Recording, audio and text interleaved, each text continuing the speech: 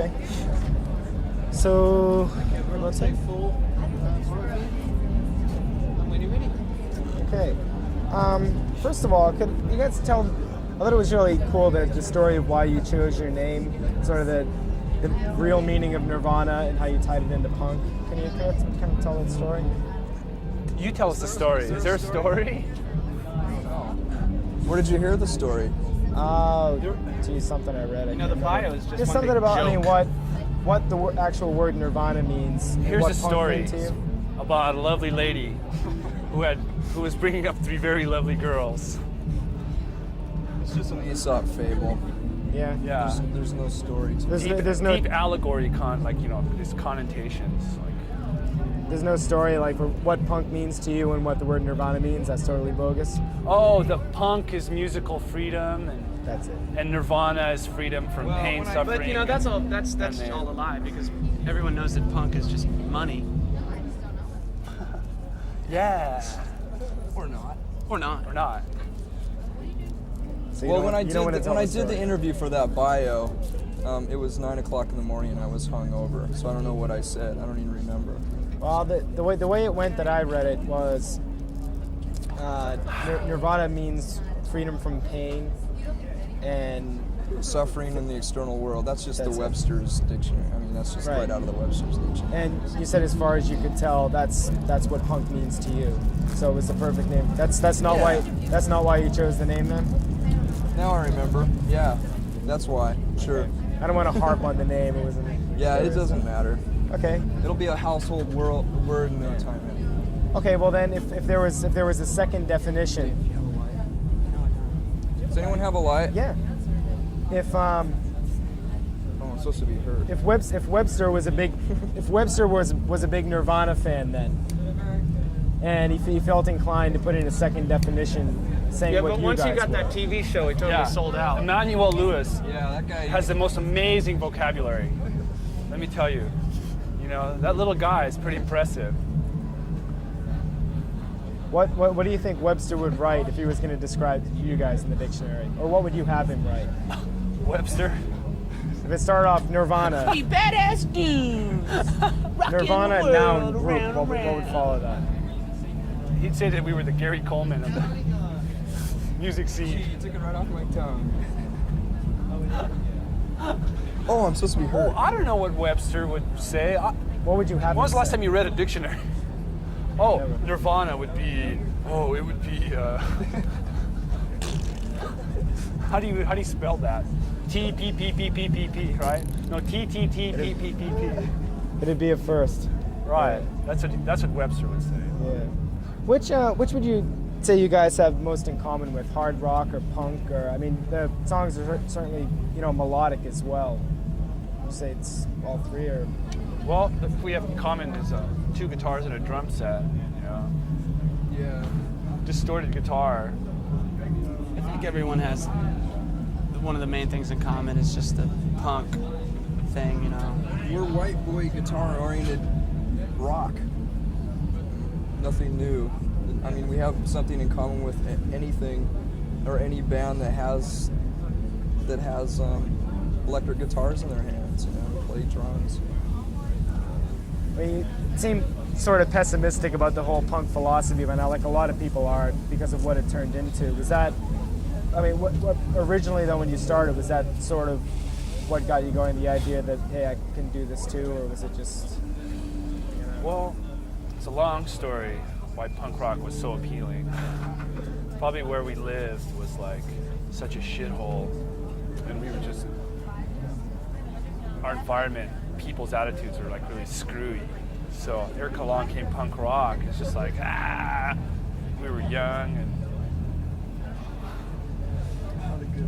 the good old days. The music was just so powerful, so wild, and then it was educating too. You know, you listen to MDC and totally these political bands, and we, where we live, we didn't have any exposure to we didn't live in Berkeley or San Francisco where there's like a lot of radical politics. I mean, so this stuff was like started learning about like the right-on mentality.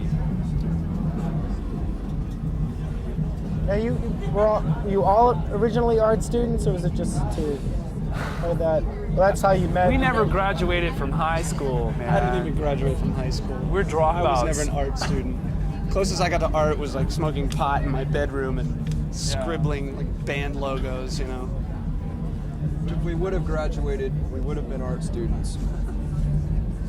But that's what you had in common from the beginning. Is that kind of how you met? Kurt was going to had an art scholarship. I won an art scholarship. And he dropped out he dropped out in May of his senior year. It's too much reality for me, you know. I was supposed to go to Texas or New York to go to art school, and I decided I'd rather be in a band. Were you able to use the money for anything else? Did they give it to you? No, they didn't give it to me. I was supposed to take it, but I didn't. You should have stuck it out a couple more weeks. You would have gotten the cash. Oh yeah. But that's how you guys. Finger paint anyhow. Where's Dave Kendall? I thought he was getting interviewed. Where's Dave Kendall? He's off with the camera shooting a dinosaur. Oh, that's fucking limey. Fucker. There's gonna be. You can tell Dave Kendall we're after you. Oh, they will. They'll Splice splice Dave in later. They'll ask the So question. Dave, Can I ask you an enormous favor? Sure. Can you drink in between questions? Like keep the beers in front of you on the so we floor don't and then. advertise? It's actually not even so much Just the put one of those advertising. It's blurry just beer things. on camera. Oh. It's a problem. Oh yeah. I hate that. This could be a joint for all you know, kids. Yeah. Pause all you want in between questions. Do you know? But It's against the law to smoke a flower, and that flower is marijuana. sure. Marijuana has done more for me than I can. Then you can even Say. say on television. What's my name again? Marijuana has done more for my memory than I can remember. Being into art is actually how you guys met, though, right? Even if you weren't in school, is that how you sort of met each other? And No, we met each other because we lived in this small town, and then all the kind of disenfranchised kids kind of found each other, and then we found punk rock, and we had this little scene going. It was really cool. when you met, were you playing instruments at the time? Remember that Chevy Chase show? Remember on SCTV? No, it was on Saturday Night Live. When Emily Lutella was doing a commentary and he was making faces to her. Oh yeah. He's going. Okay, now what? Were you guys playing instruments when you met, though, or did you meet and decide to form a band before you I can't hear you. Were you playing instruments when you met? I mean, were you a band pretty soon after you met? Yeah, we were. Yeah. We were playing in our bedrooms for years before. So how long did it take after you met to form the band? Did it happen right away? Or? It didn't happen right away. Yeah, I'd been playing guitar for about 3 years before I started a band. I couldn't find anyone in my hometown to play with until I met Chris. What were you listening to growing up? What do you think was most responsible for the way you sound? Or was it even music? Was it? Well, first it was the Beatles and then it was punk rock. That's about it. Well, I mean, the melody is certainly there in your songs. I mean, you can see that. Yeah. You guys had the record out on Wax Tracks. No, not on Sub Pop. The other two-letter. On Sub Pop, and this new one is your major label debut. Did you take the same kind of shit that maybe Sonic Youth took or something for? We haven't really got it. Yeah. Well, I mean, everybody crucifies bands when they sign to a major off of an independent because they immediately think like, oh, big sellout, big cars, big fast. Yeah. You know, it's just, you know. Maybe we wanted to keep our lights on every month. Not like all our money went to pay for bombs and missiles. You know, we got taxed so heavily. But what's wrong with a band that has good music like Sonic Youth or Dinosaur Jr. to be readily available to people to buy, like totally promoted instead of most of the garbage that's out there? It's a crime to just a total sappy junk pushed down people's throats. So here's some stuff, you know, with substance. So what's wrong with that? Putting it out. And I don't know, they're probably jealous of us, of our success.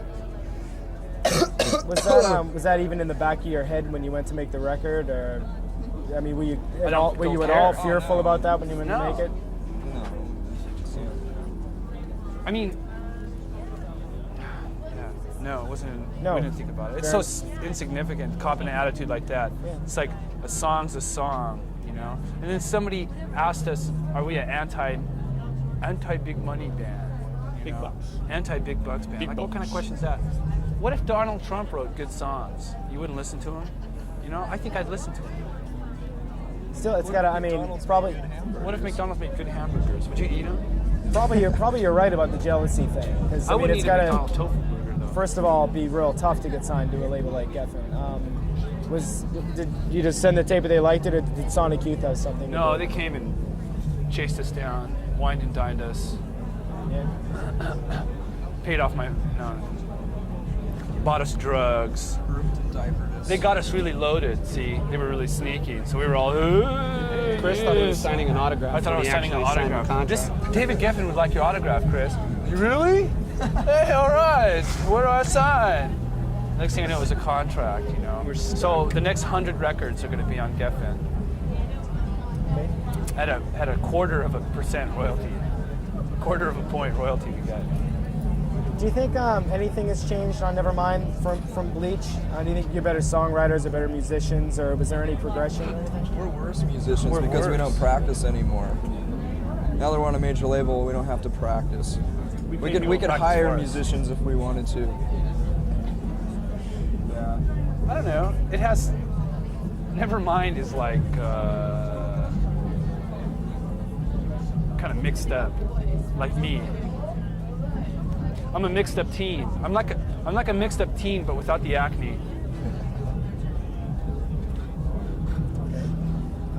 Who am I? What am I? I'm contemplating suicide. I'm waiting for my first sexual experience, but I lie to my friends about it. Say that I've had sex. Actually, I've never had sex, but I'm uptight about it.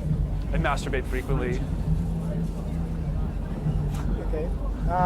The whole, stuff we were saying about, people giving you a hard time about stuff like that happening or whatever, and all the difference of being on a major label. What are the good points, aside from, like you said, the records being in the stores and That's about it. more time to record? Did you have more time for this one? More time to record.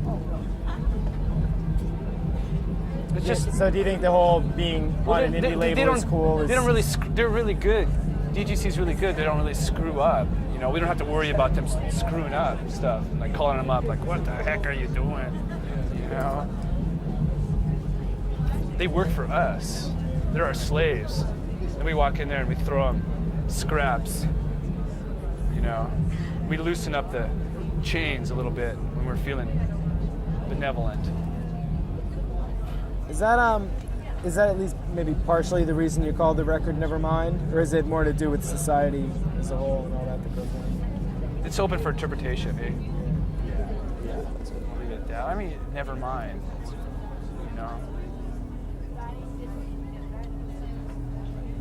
Oh, I don't know, does it have anything to do with apathy? Like sure it society? does, yeah. But it's, sure, getting there. I'm gonna squeeze Raven. Okay.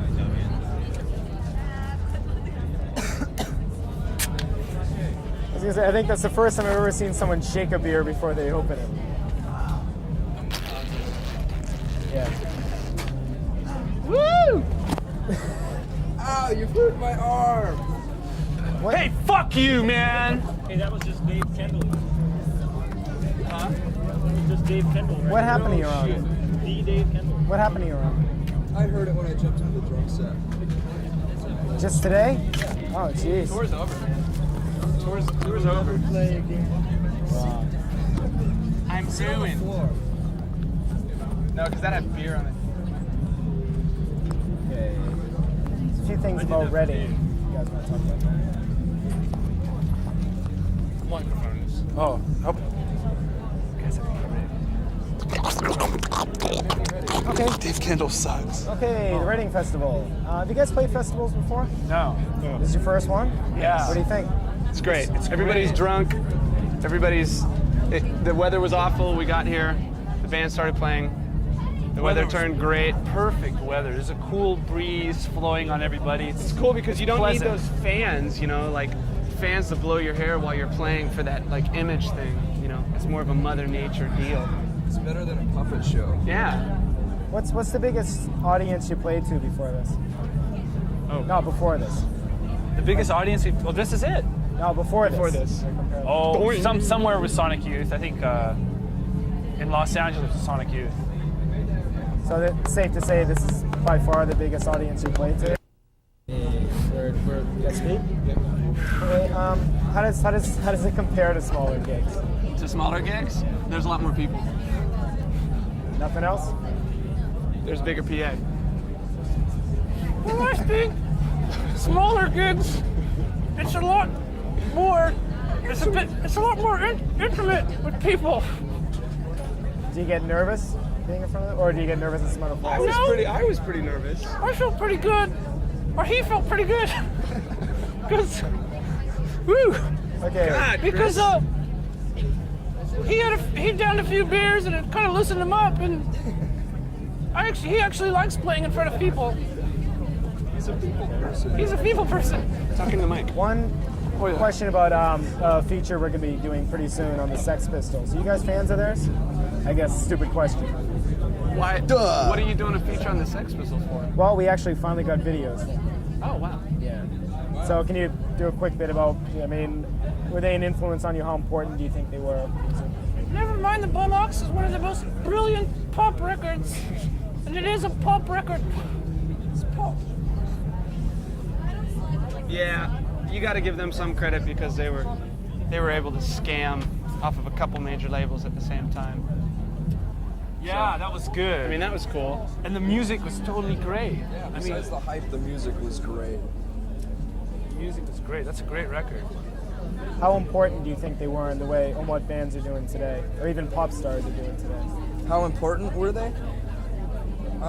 As important as Led Zeppelin, any other big rock band. Yeah, that's true. But still, the corporate ogres prevailed, as we are a testimony to that. What about, I mean, just even, not even the music, just the whole scam that they put on, and actually even, That wasn't art. Well, I mean, you That got to was give them art. some credit because they were one of the first bands to come out that didn't give a shit about anything. You know, and they weren't into the whole business I mean, aspect of- just the fact that, you know, I mean, 10 years later, Anne Murray had spiked hair, you know, I think says something. Wow. It was Well, I mean, outrageous. things do. Are you talking bleed. like a fashion influence or? You're going to see girls in high school about 4 years from now are going to have colored hair. in high school. I don't mean so much fashion, just attitude. But Farrah Fawcett hair. Yeah, but One more. Can you guys do an ID for 120 minutes? Oh yeah. Just say your names and where you're watching 120 minutes on MTV. okay, You don't even have to even say your names. You can just say we're Nirvana. okay. You say, Chris. And this is right to the camera. These sods are Nirvana. And you're up very late on a Sunday night. And watching 120 minutes. I see your lips moving. I happen to know who you are. Where's my father? Where's my father? Okay. Thank you. All right.